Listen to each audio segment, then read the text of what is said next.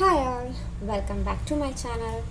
അപ്പോൾ നമ്മൾ class 12-ലെ matrix എന്ന് പറയുന്ന ചാപ്റ്ററാണ് ഇപ്പോൾ പഠിച്ചുകൊണ്ടിരിക്കുന്നത്. ഇപ്പോൾ കഴിഞ്ഞ വീഡിയോയിൽ സിമെട്രിക് മെട്രിക്സ് എന്താണെന്നും സ്ക്യൂ സിമെട്രിക് മെട്രിക്സ് എന്താണെന്നുമാണ് നമ്മൾ നോക്കിയിരുന്നത്. അപ്പോൾ ഇന്നത്തെ വീഡിയോയിൽ അതിനെ റിലേറ്റ് ചെയ്തിട്ടുള്ള പ്രോബ്ലമാണ് നമ്മൾ നോക്കുന്നത്.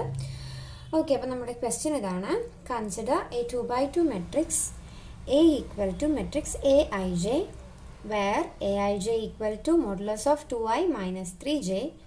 ഫസ്റ്റ് പാർട്ട് എ കണ്ടുപിടിക്കുക, second part find A plus A transpose, third part A plus A transpose symmetric ആണോ എന്ന് ചെക്ക് ചെയ്യുക. ഓക്കെ, അപ്പോൾ നമ്മൾ ഈ ചാപ്റ്ററിൻ്റെ തുടക്കത്തിൽ പറഞ്ഞിട്ടുണ്ട്, നമ്മൾ മെട്രിക്സിനെ ജനറലി ഡിനോട്ട് ചെയ്യുന്നതാണ് എന്ത്, മെട്രിക്സ് Aij എന്ന് പറയുന്ന ഈ ഫോമാറ്റ്. അപ്പോൾ നമുക്ക് Aij എന്ന് പറയുന്നത് ഒരു ഫോർമുല പോലെ നമുക്ക് തന്നിട്ടുണ്ട്. ഇതുപയോഗിച്ച് നമ്മൾ എന്ത് കണ്ടുപിടിക്കണം, മെട്രിക്സ് കണ്ടുപിടിക്കണം. അതായത് ഈ ചാപ്റ്ററിൻ്റെ തുടക്കത്തിൽ നമ്മൾ പഠിച്ച മെത്തേഡാണത്. ഓക്കെ, അപ്പം നമുക്കിവിടെ ഒന്നും കൂടി ഇത് ചെയ്യാം. അപ്പോൾ എ കണ്ടുപിടിക്കുക, അതിനുശേഷം എ പ്ലസ് എ ട്രാൻസ്പോസ് കണ്ടുപിടിച്ചതിന് ശേഷം അതിനെ ആഡ് ചെയ്യുക. ആ കിട്ടിയ ആൻസർ എന്ന് പറയുന്നത് സിമെട്രിക് ആണോ, എ പ്ലസ് എ ട്രാൻസ്പോസ് എന്ന് പറയുന്നത് സിമെട്രിക് ആണോ, സിമെട്രിക് മെട്രിക്സ് ആണോ നമുക്ക് കിട്ടിയെന്നുള്ളതും ചെക്ക് ചെയ്യണം. ഓക്കെ, അപ്പം നമുക്ക് ചെയ്യാനായിട്ട് തുടങ്ങാം.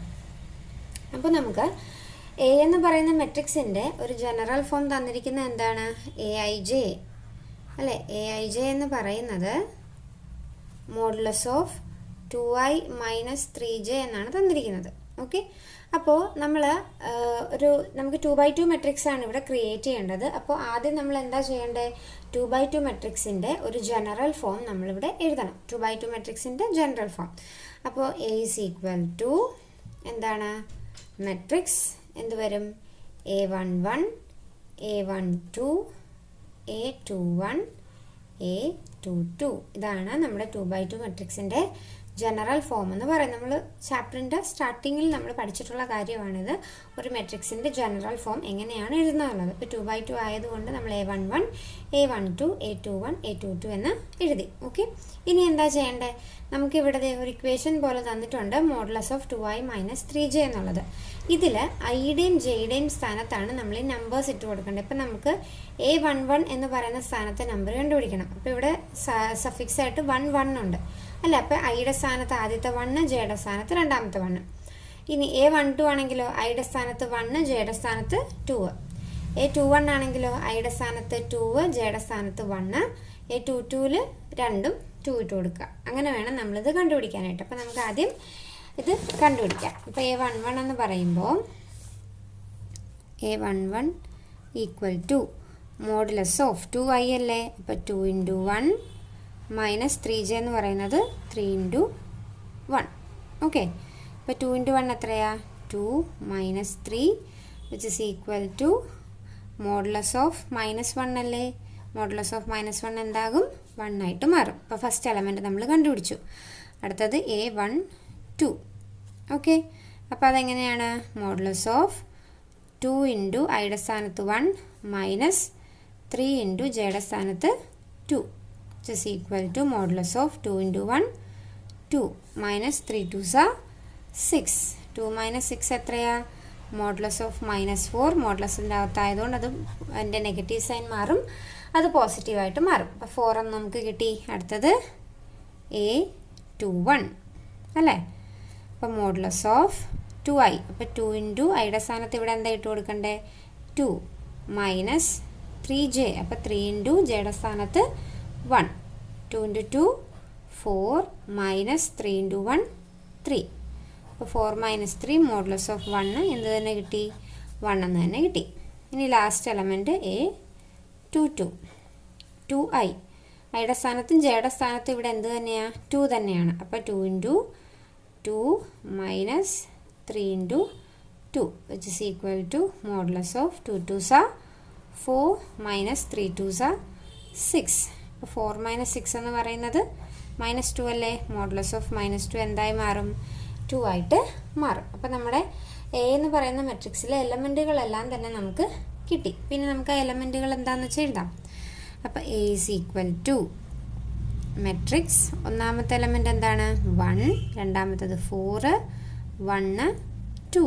ഇതാണ് നമുക്ക് കിട്ടിയ എ എന്ന് പറയുന്ന മെട്രിക്സ് എന്ന് പറയുന്നത്. അപ്പോൾ 1 4 1 2. അപ്പോൾ നമ്മുടെ ഫസ്റ്റ് പാർട്ട് കഴിഞ്ഞല്ലോ.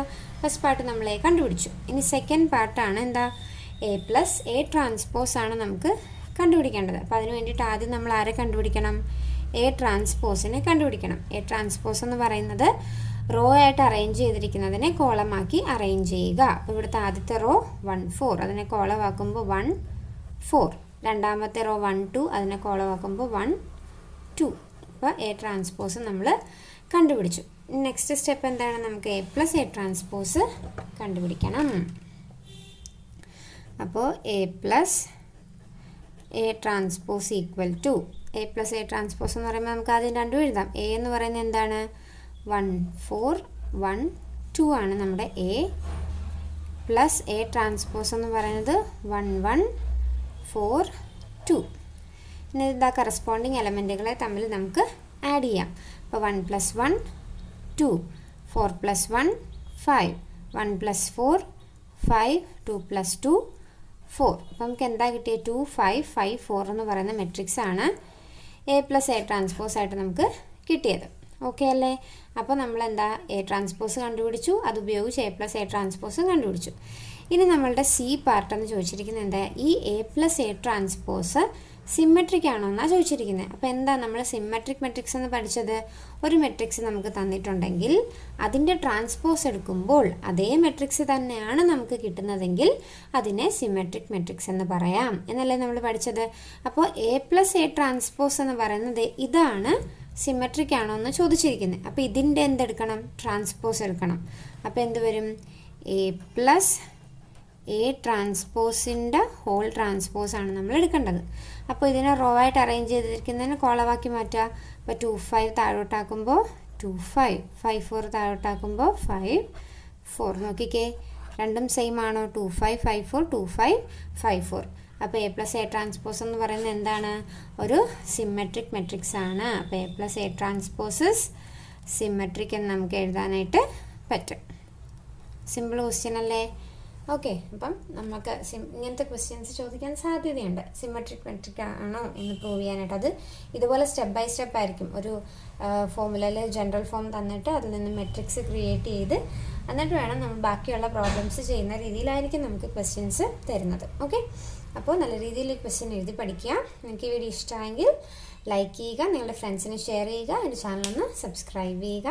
താങ്ക്